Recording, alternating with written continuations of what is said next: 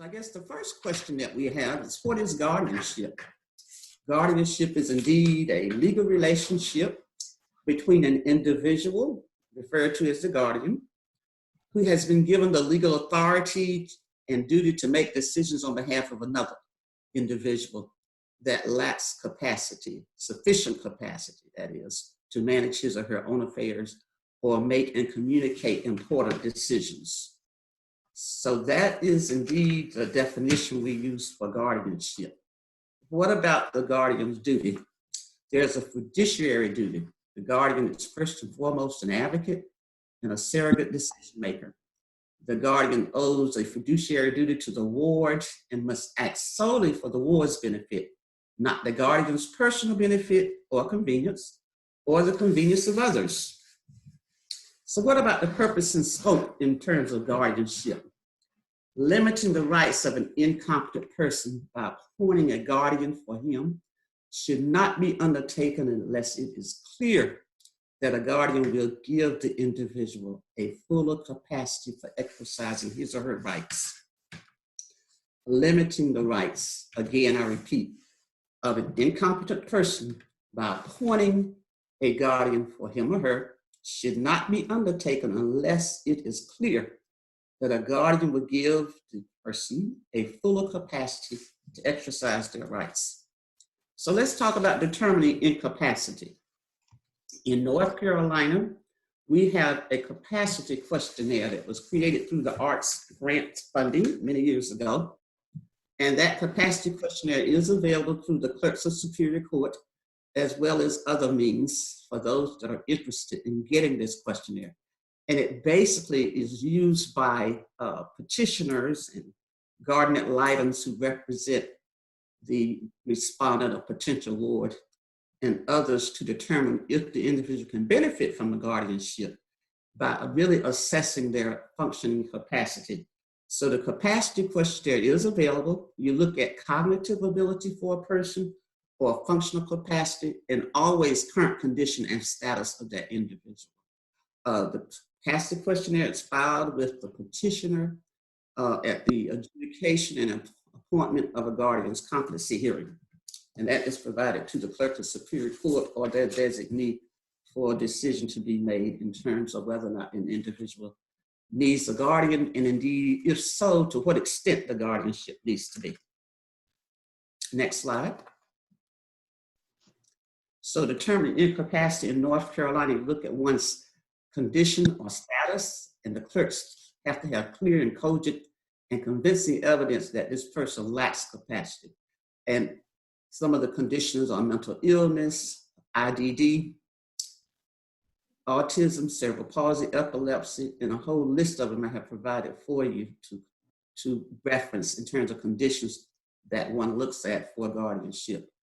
The key is whether or not they can manage their own affairs, or are they able to make or communicate important decisions concerning their person, family, or property. Next slide. Guardianship is very intrusive.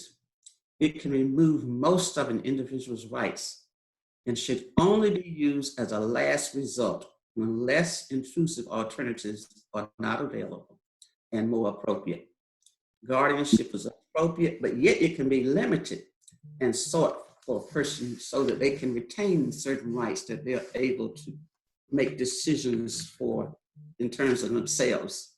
So there is a statute in North Carolina that allows one to limit guardianship through the clerk of Superior Court's authority. And next slide on limited guardianship. We'll talk about the fact that this law was changed a few years back so that the clerks could actually limit the guardianship to specific areas of need and not include those areas that are not a need for a person, so they can retain certain rights and privileges even though they have been appointed a guardian. And I find that in experiences, we find that most of the people have problems with medical health decision making, just like we probably do. We're not experts in that area. So that's one of the areas that we find that when they limit guardianship for appointments of individuals for whom the ARC is a legal guardian, medical health is one that most people need. Social personal is not always a need. Habilitation or rehabilitation is not necessarily needed, but residential placement can also be an area that is of a greater need. And we're going to talk about the different areas of guardianship of the person later on. The next slide. What is the proceeding for guardianship? Well, someone has to petition the court for an adjudication of incompetence and for a guardian to be appointed. Of course, we talked about the guardianship capacity questionnaire that needs to be submitted so that the clerk of court has a good feel for that individual. Now, the clerk can request a multidisciplinary evaluation if they choose to do so. That is optional, it's not required, it's up to the clerk of court. An attorney has to be involved and represent the respondent or potential ward at all times. If they can afford an attorney, fine. If they cannot, the clerk has to appoint a guardian ad litem to represent the individual. The competency hearing is held usually in an informal place in the clerk of court's office, in a conference room or an office someplace. However, it might be a more formal need for a hearing, and that can involve a judge and sometimes a jury, but most of them are involving just their designee. Usually if it's involving a judge and sometimes a jury, there's usually money involved in that particular situation. So we're looking at large sizes of estates. The appointment of a guardian can occur that same day, or they can come back and appoint someone on another date and time. The person can qualify as a guardian on site, and there has to be, of course, written orders of appointment from the clerk with the specific duties and powers of that particular guardian that's being appointed. Okay. Next slide. So the guardianship of the person is one form of guardianship. And in looking at guardianship of the person, we look at 4 broad areas. And of course, there's always the miscellaneous areas that we don't list here. But the 4 broad areas that we tend to look at in terms of guardianship of the person is social personal decision-making, habilitation or rehabilitation, residential living arrangements, and medical health. Guardianship of the estate, on the other hand, involves making decisions in terms of property and or money. And general guardianship is the responsibility for both guardianship of the person and guardianship of the estate. The ARC does not do guardianships of the estate anymore. At this point in time, they're only doing guardianships of the person. And the ARC is corporate guardian for approximately 800 people across the state. And we support all 100 counties. Next slide. So what is the legal priority for a guardian of the person or a guardian of an estate? The legal priority is an individual, family, or friend. That's the first priority. The second is a corporation if it's included in its charter with the Secretary of State. And then the third is a disinterested public agent. Now, at one time, the county departments of social services, the local management entities, the public health departments, and the county departments of aging actually could be appointed guardian for someone. That has drastically changed over the years, and now the disinterested public agent guardian is the local departments of social services. So all 100 departments of social services in North Carolina can indeed become a guardian of someone, if so appointed by the Clerk of Superior Court. Next slide. What about rights that one lose if they have a guardian? Well, they can lose the right to serve on a jury. They can lose the right to possess a valid driver's license. However, the statutes were changed a few years ago, giving the clerks of courts the authority to actually enable a person to keep their license based on their particular circumstance. And of course, it has to also be approved by the Division of Motor Vehicles. But if those two entities agree that that person should keep their license, then everybody in North Carolina no longer lose their valid driver's license because they've been declared legally incompetent. Of course, they lose the right to bring a civil lawsuit against another person. It can only be done through the guardian. Being sued in a civil lawsuit, that can only be done through the guardian. And indeed, serving as the guardian of another person, they lose that right. Well, let's talk about the rights they retain. Next slide. The rights they retain is the right to vote, to marry, to make a will, even the right to enter into a valid contract if the ward has the capacity at that time to understand the nature and consequences of doing so. Now, a contract can always be challenged and voided, so we keep that in mind. So we have a note there to acknowledge that fact. The next right they retain is the right to file for divorce. A guardian may not sue for divorce on behalf of a ward. The ward has to do that him or herself. Next slide. The right to qualified and responsible guardian is definitely a right we want everyone to have. If you don't have a qualified and responsible guardian, then you don't need one to function for you, because they might have some problems that would not be in your best interest as a guardian. They retain the right to file a legal action seeking restoration of their rights. They can do that with or without the guardian's consent. They have a right to appeal the adjudication of incompetence decision. Who do you think that decision is appealed to? Most people don't really think about the fact that you can appeal the decision of a clerk of superior court. It's not always the final decision, and you can kick it up to the superior court judge level. They retain the right to exercise those rights within their comprehension and judgment, and that's in the North Carolina statute, which I think is wonderful that they put that in there. It has been in there ever since I have been doing guardianship, since 1988. So somebody had the wisdom and foresight to acknowledge that. Then they have the right to participate in all decisions affecting them. That is important. So those are the rights they retain. Well, how do you restore someone's rights once they've been declared legally incompetent? And I stress to people that it is always best to avoid guardianship on the front end if humanly possible, because it is very challenging and difficult many times to revoke that guardianship or terminate that guardianship. So I tell people to make sure, absolutely sure, that that individual needs a guardian on the front end. Of course, on the back end, we restore people's rights. We work hard to do that. The guardian has to petition, or someone else has to petition, including the ward themselves, for a competency hearing for a decision to be made about the fact that they no longer are incompetent. The guardian or ward or any interested person can petition for this restoration of the ward's competency by filing a motion in the clerk of court's office. The motion has to set out the facts showing that the ward is competent. And if the clerk finds by the evidence, a preponderance of the evidence, that the ward is competent, then the clerk shall order an adjudicating document that the ward is restored to competency. Now, once that ward's competence is restored, it is as if they've never had a guardian, and they can manage their own affairs and exercise those same rights as if they've never been adjudicated incompetent. And finally, I want to discuss with you alternatives to guardianship. Limited guardianship, we touched on earlier. I think that's pretty clear. You can also have a representative payee, who is someone that is actually going to manage someone's Social Security benefits for him or her. And that's done through the Social Security office in the county where that person lives. You can have a joint bank account with someone.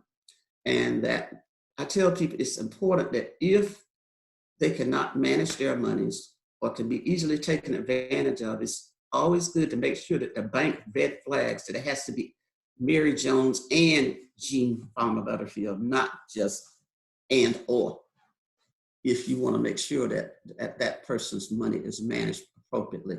Some people have the capacity to say or, either Jean or Mary, but others need the capacity to only have and. Both parties have to sign off before they can withdraw or deposit funding. And that's something that needs to be red flagged, because there have been people with that situation, and the banks did not necessarily honor it. It created a lot of bad feelings and problems at some point in time. Then there's a doable power of attorney.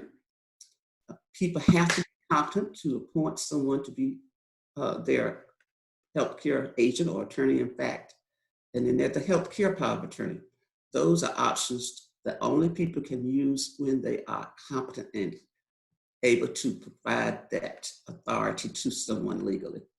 You have a trust fund that you can set up that will not jeopardize the individual's benefits. And those are quite frequently done through a program called Life Plan Trust. Very experienced program that does a great job with it, but they can also be set up through banks. And it's kind of a supplementary amount of funds used to supplement the government benefits that the individual still qualifies for through this trust fund. And that is a lifesaver for many families in terms of people taking vacations and trips and having an attendant to escort them on their vacation, or buying additional furniture or even a house if they want to and have funds to do so. Other alternatives in the next slide include a declaration regarding natural death. We're talking about living wills, making sure that if someone wants to continue medical treatment or want to terminate it at some point in time, that decision is made in their best interest based on their wishes and desire. Advanced instructions for mental health treatment that can be put into place prior to the need for the mental health treatment. And that's something that I think more people need to utilize, so that when they do have an episode and are not able to make good decisions, they have earmarked in writing who they want to make those decisions for them. I tell people, when you are doing these advanced instructions or directives and authorizing people to make decisions on your behalf, you need to have it signed and actually witnessed, and at least 2 witnesses to those authorizations for people to make decisions on your behalf. Social personal habilitation as case management has been a provision that has worked effectively for some people so that they don't need a guardian. And then, of course, you have advocacy and natural supports when you have family members involved and a strong advocate to help make decisions on your behalf. You don't necessarily need a guardian. And we know most people are in those kind of situations. There are more people who don't have guardians and don't need guardians with IDD, for example, than those that do. So that's a good thing. Supported decision-making is something that's being used in some states, not all. It's fairly new. There was a young lady named Jenny Hatch who brought a lawsuit against her parents because they wanted her to have a guardian. She did not feel like she needed one. She won the lawsuit, and she goes around the country speaking to people about supported decision-making, whereby people have someone to support them in making decisions and good choices in their lives, but they have no legal authority to help them and advise them. They're family members and close friends. It can be in writing. We have some samples of those kind of documents that can be put in place, or contracts with people who agree that they want someone to help them make decisions in their best interest. And they respect that person's advice and guidance, and will specifically state in writing that this is the case. So that's something that's really big on the horizon, and hopefully will avoid guardianships, not only in our state, but other states as well. It's getting to be something that's really being promoted across the country, slowly but surely. There's a Rethinking of Guardianship group that has been meeting for several years that's really working on some statute changes to help in North Carolina with this. Hopefully will be part of the statute change that they recommend. And then there are models in other states and countries. One of the models that we tend to look at, that there's some models that use volunteers, not paid staff. In North Carolina, we used to use both, but because of the funding and the cutbacks, it's harder to get volunteers. We have paid staff doing guardianships for corporate guardians across North Carolina now. And of course, paid staff at DSS. But there are some states and countries that only use volunteers to do guardianship. And at this point, that concludes my presentation for you. I hope that as we express our gratitude, we must never forget that the highest appreciation is not to read other words, but to live by them. And that comes from John F. Kennedy, and I'm quoting him. And hopefully that's what we're doing in North Carolina to promote restoration of rights and other alternatives to guardianship.